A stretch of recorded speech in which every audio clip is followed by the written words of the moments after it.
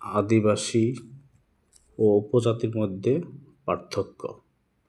উপজাতি হচ্ছে একটি নির্দিষ্ট ভূখণ্ডের প্রধান জাতি বা রাষ্ট্রের তুলনায় ছোট একটি সামাজিক গোষ্ঠী, যার নিজস্ব সংস্কৃতি, ভাষা ও ঐতিহ্য রয়েছে।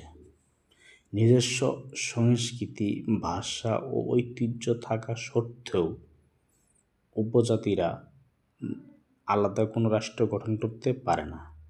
অন্যদিকে আদিবাসী হচ্ছে একটি নির্দিষ্ট অঞ্চলের সুপ্রাচীন বা মূল বাসিন্দা, যারা আধুনিক জনগোষ্ঠীর আগমনের আগে থেকেই সেই অঞ্চলে বসবাস করে আসছে। অর্থাৎ আদিবাসী হচ্ছে ওই অঞ্চলে বসবাসকারী প্রাচীনতম জনগোষ্ঠী।